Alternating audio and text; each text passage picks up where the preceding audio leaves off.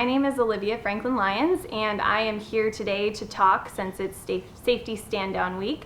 I have an undergraduate degree in exercise and sport science, and my master's is in human nutrition and functional medicine, so I'm hoping to share some information with you guys today. So I'm going to cover a lot of things today. I'm going to try to highlight the most important stuff. I'm going to talk about injury prevention, soft tissue work, and kind of what that entails.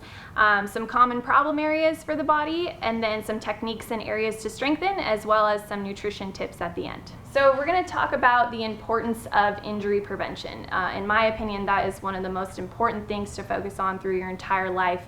One of my biggest goals with clients in the gym is getting rid of any pain that they might have, or getting rid of any dysfunctions that their body might have at that time. So it may not necessarily be causing them pain, but could lead to pain or injury in the future. So we're trying to do all kinds of things to prevent future issues and injuries from occurring. One of the best things that I use in the gym when clients first come in is the functional movement screen here. So this is my testing board. I have included a video for you guys to watch a little bit more about the functional movement screen.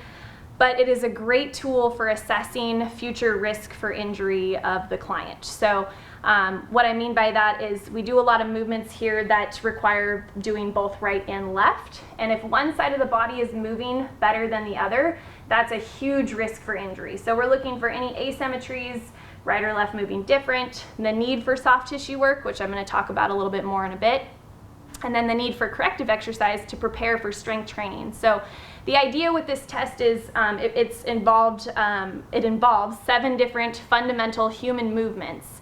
And basically the idea is if you can't do those 7 fundamental human movements with your own body weight, it's probably not time to add extra weight to you yet. So we have to prepare for the strength training piece.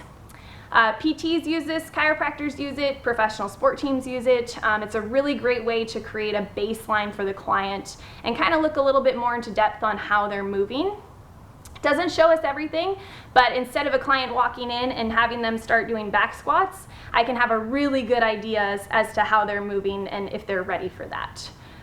So typically when we're in pain, the problem area is above or below. So it's not necessarily at the site of pain. What I mean by that is if someone is having knee pain, typically it is the quad or the calf that's actually causing the issue. We're going to get more into that in just a little bit. So one of the largest risks for injuries is one side of the body moving better than the other. I kind of said that, or one side being stronger than the other. So it's important to kind of figure that out for yourself, and it does take some time if one side of the body is stronger or moving different than the other. Injury prevention is really key to staying healthy, staying at work, and living a quality life. So although you may not be in pain now, I'm hoping that some of the things I'm about to talk about help you stay out of pain in the future. One thing I tell my clients is I try to increase their health span and not just their lifespan. So I want them to live a long, healthy life, not a long life that is in pain and where they can't do the things that they want to do. So in most cases, I don't recommend stretching for people. That's kind of a whole different conversation, but there's a lot of common misconceptions about stretching and the belief that you need to be flexible. In most cases, what people actually need is soft tissue work. So when we're talking about soft tissue work, I'm talking about the musculoskeletal system. So I'm talking about muscles, tendons, ligaments, also the fascial layer that surrounds the muscle. So just so you guys are aware what I'm talking about, soft tissue problems arise when muscles are tense. So what happens is they're pulling or putting tension usually on a joint or another area of the body. This can be from various different types of stress, exercise, genetics. Sometimes people are genetically just tighter than others. And soft tissue actually works to help get rid of scar tissue. So scar tissue forms after injuries, surgeries, other trauma to the area. And it's essentially a buildup of tissues that can kind of cause a lot of issues for the person. So soft tissue problems can cause pain, they can cause restricted range of motion, and they can also cause misalignment of the skeletal system. So we want to make sure that we're taking care of the soft tissue. There's various different ways to do that, and I'm going to show those in just a little bit. But soft tissue work helps aid and promote blood flow, which is essential in healing an injury. That's why rest and ice are sort of a myth in most cases, because you have to keep blood flow going, and when you're resting and icing, that's not what happens. It helps get rid of muscle adhesions that cause tension on the joints. So as I mentioned earlier with the knee pain, if I had muscle adhesions in my quad, it can pull tension on my knee joint, which is a problem. That can lead to pain and injuries. And also the soft tissue work, as I mentioned, helps improve range of motion, and then again, the scar tissue buildup. So now we're going to talk about some common problem areas, not necessarily from injuries that may have happened, but just from everyday life and things that you should pay attention to, and then some techniques to use for the soft tissue work that we already talked about. So the first area that's really important to discuss is the quads. They are usually very, very tight because we live in a very quad dominant society. They're tight from sitting and recruiting that muscle during exercise when really we should be recruiting other muscles.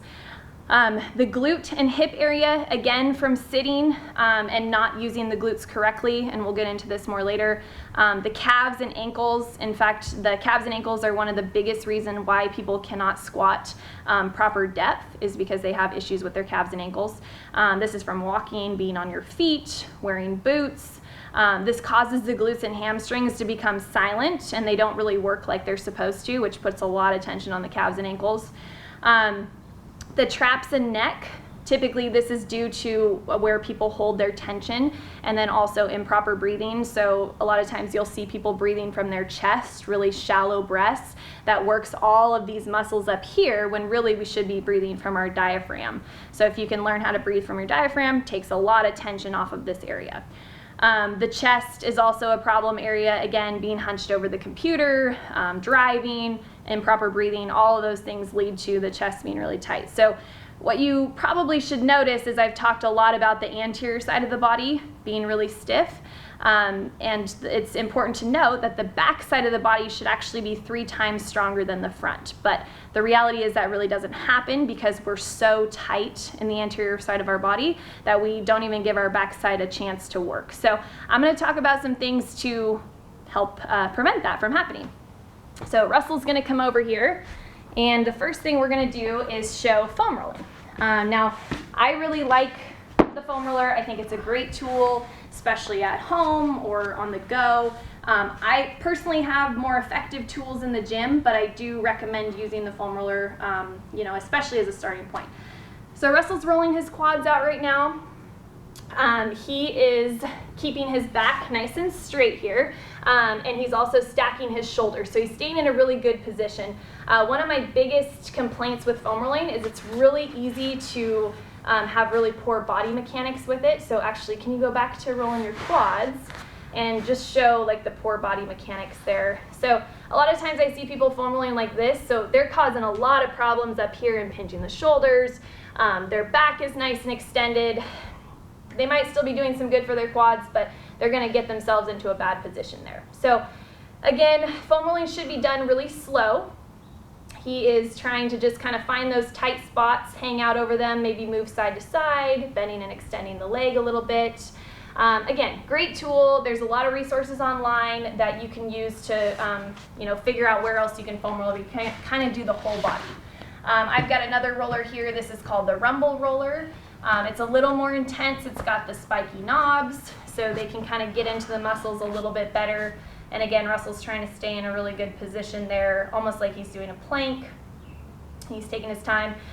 With any of these techniques, especially foam rolling, they've done a lot of research that shows that it takes 2 minutes for the body to really figure out what you're doing. So if you're kind of just rolling back and forth over the roller, you're not getting the benefit out of it. You need to really take your time and spend, at least 2 minutes on these areas. Okay? The next one that Russell will show is just using a lacrosse ball. Some of the areas are really difficult to get to. Really difficult to get to with the foam roller. So some of the more difficult areas, a lacrosse ball is awesome. So Russell's rolling out his hip right now, kind of one of the problem areas that I mentioned. And he's either going to relax his neck or use the block like he's done there. We don't want to lift our neck up. We want to make sure it's relaxed. And he's just going to kind of hang out there. So you can do this while you're watching TV or just relaxing at night, really easy. And then he can also do his shoulders. A lot of different areas you can do with this, but he's going to show just the hips and shoulders. He's going to find a spot that's kind of tight in his trap area, and then he's going to kind of hang out over that spot and just kind of move his arm around. It makes it a little bit more fun. Basically what I tell people is we're not looking for pain necessarily, but we're looking for areas of discomfort. So if any of these areas that you're rolling are super painful, you need to take it a little bit easier. We're looking for discomfort. Okay, and then next we have the massage gun here. This is a really great tool. They range in price from about $40 to $500. Honestly, I think most of them do similar things. This is a really great prep for exercise. So what Russell's doing is he's just getting a ton of blood flow to his muscles, which again, what I talked about being so important, especially before exercise, kind of prepping the area to do some work. So you can use it after as well, but I think it's a great prep before exercise. Now, one of my favorite tools in the gym is the body tempering rollers. So I have rollers here that range from 6 pounds all the way up to 80. So the biggest part about this that's so great is you can really just sit passively and let the weight of the roller do all the work for you. Now, I understand that most people don't have these tools.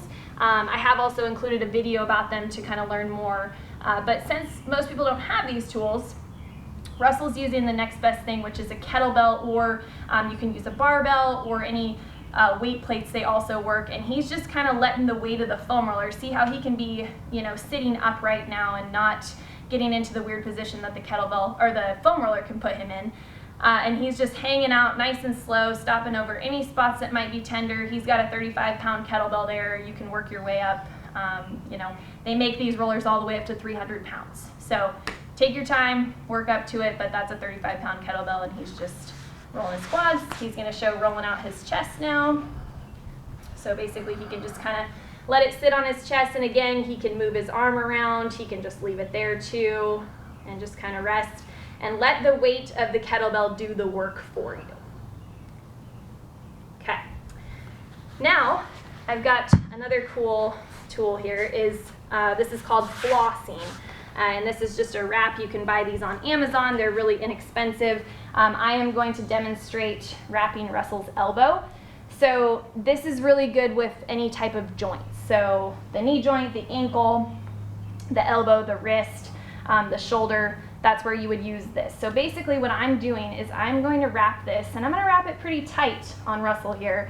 And I'm trying to restrict blood flow for a short time. And the cool part about this is once I get this wrap on, I can kind of force his elbow through range of motion. And the reason why I'm using his elbow is Russell broke it when he was 4. So he deals with a lot of elbow issues. So we do this quite often. So I'm just going to tuck this in here.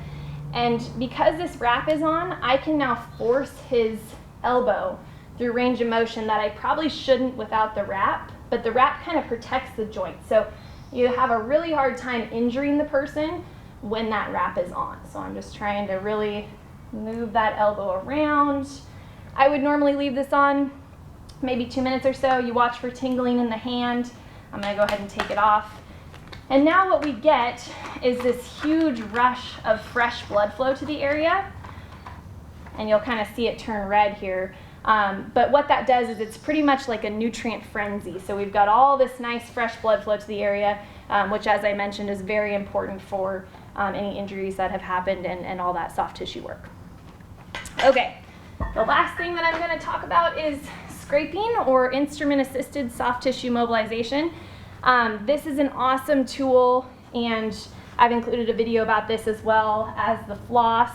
But what we're doing here is normally I would use a little bit of lotion, and I'm just trying to pull out that tissue. What it feels like is kind of gravelly. So I'm looking to kind of create a bit of a bruise here, and to some people that might seem a little alarming, but what that does is that kind of creates this inflammatory response to where the body can heal that area. So it's a really great tool.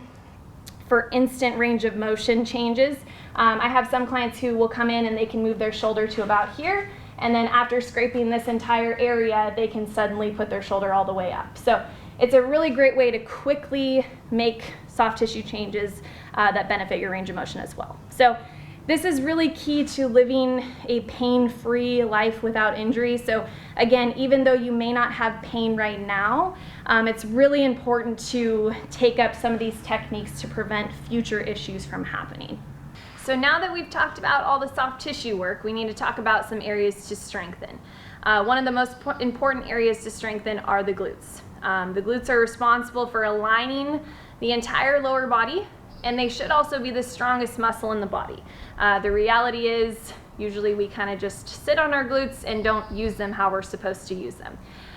So they're where our power comes from, which is why they need to be so strong, and they really protect us from future injury and issues. Most people actually cannot activate their glutes correctly without using other muscles to help compensate. So it's important to work on the soft tissue, especially in the quads and around the glutes, to kind of calm that area down, and then do some things to activate the glutes, and I'll show a few things in just a minute. The other thing that's really important is warming up the glutes before you start your exercises. That way your body kind of knows where we want to work. You know, the glutes are already warm, so they're ready to work. So Russell's going to jump down here, and we're going to talk about a couple different movements for the glutes.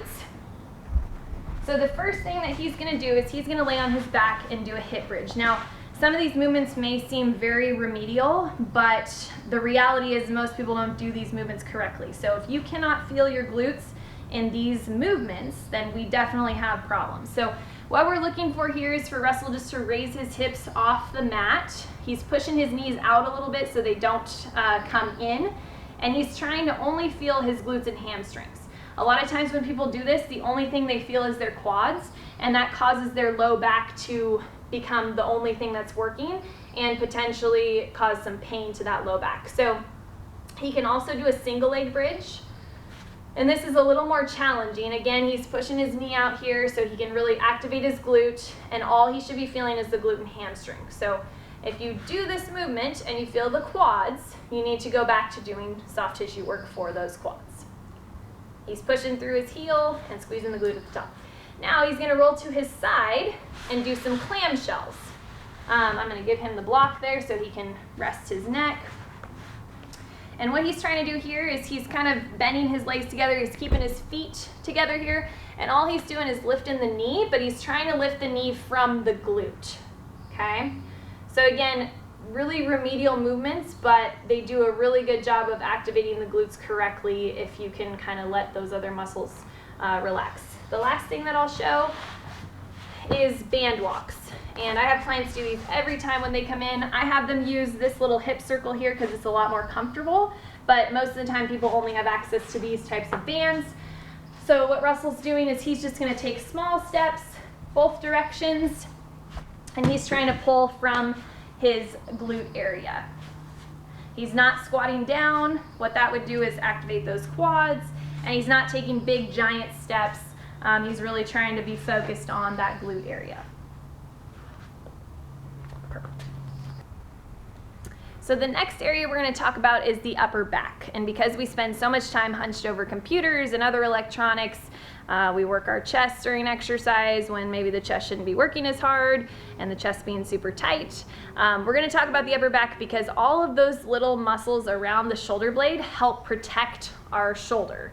So what happens is if we don't work those little muscles around the shoulder blade, and I'll show you what I mean in just a minute, we become what is a very unstable shoulder, and that can lead to a ton of major shoulder injuries. So what we need to do is learn how to pack the shoulders, and I'll explain that in just a moment. But the most important thing is actually working on the soft tissue in the front side to allow the back side to work. Because our traps, our chest, our lats are all really strong and overdeveloped, we never get a chance to work those small muscles around the shoulder blade because, again, the strongest muscle in the body is always going to take over. So Russell's going to jump up over here, and he's going to show us how to pack the shoulders. So this can be a really difficult thing for people to understand. So what he's doing here is he's basically holding onto the bar, and what we're looking for is we're looking to not use the traps, not use the lats, and not use the chest, and we want this shoulder to go into the right pocket. Okay, so the left shoulder to the right pocket. So he's trying to pack back and down, and what I want to feel is all these little muscles around his shoulder blade getting tight. Okay, what I'm looking for is this still loose up here, right? Or is he really tense? So show like a shoulder shrug. That's what I see a lot of. People are like, okay, I'm packing my shoulder. Not quite. So we want to really use all this. One of the key things that I check for when clients first come in is, can I get my hand underneath their shoulder blade? And a lot of times I can, especially in females. And that's a really bad thing, because that means that they have not developed any of these muscles around the shoulder blade, and I can just reach my hand right in there, okay? That leads, again, to a really unstable shoulder. So Russell is trying to pack both right now, but now he's gonna take away the right side. And what you should feel with this is not your traps, not your lats, not your chest, but you should feel like there's a little bit of hot fire going on right down here. This takes a while to get used to. You can practice doing this when you're driving in the car, when you're brushing your teeth, but just focusing on kind of packing those shoulders down and back. I'm having him use the bar right now because that's a little bit easier than just standing there. You can also use a wall.